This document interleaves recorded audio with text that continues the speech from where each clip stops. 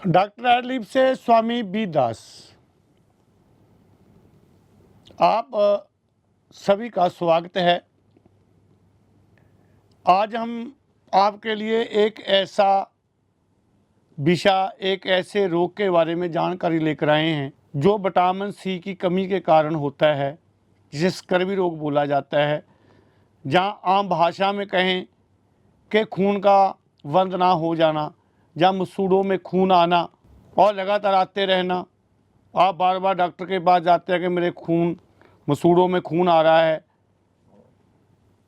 चोट लग गई छोटी सी तो भी खून आ गया, बालों के नीचे कंघी मारी तो खून आ गया, और हमारी चमड़ी जो ऊपरी परत है उसके नीचे खून का हवास रहना के दौड़ रहा है, और खुजली की वहाँ से खून निकल आया।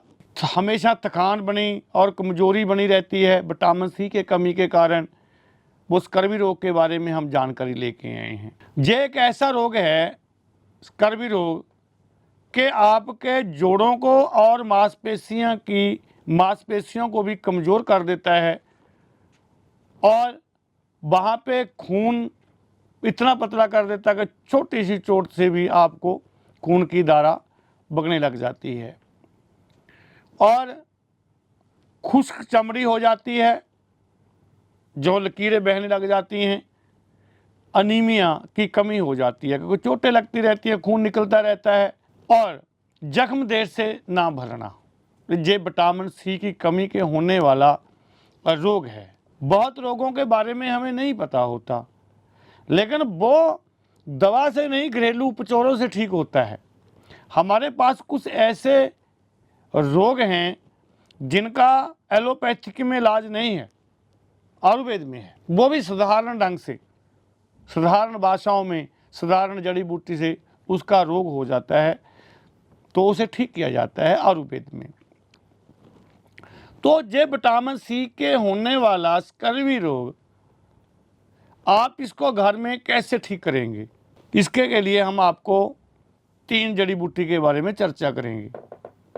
वो 3 जड़ी बूटी आपने कैसे उपयोग करनी है वो भी आपको बताएंगे, किस ढंग से करनी है।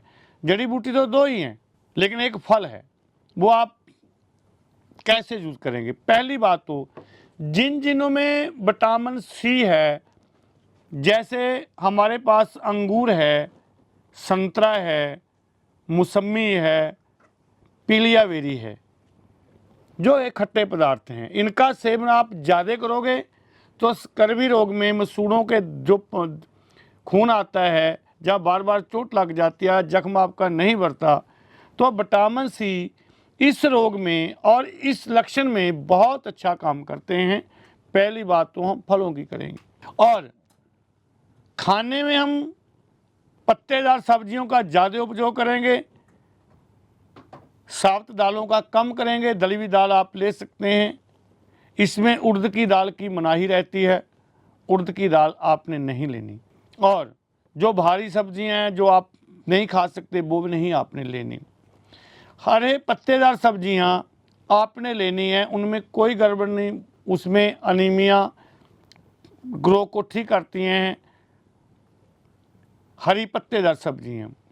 तो आपने खाने में ख्याल रखना है विटामिन सी। जिन आप तो पढ़े लिखे हैं आजकल, लेकिन आपने अगर आपको ये रोग हो गया है तो आपने संतरा, मौसम्मी, नींबू और पीलिया बेरी का बहुत ज़्यादा इस्तेमाल करना है। अभी हम बात करेंगे कि इसके लिए हम आयुर्वेद जो क्या अपना सकते हैं।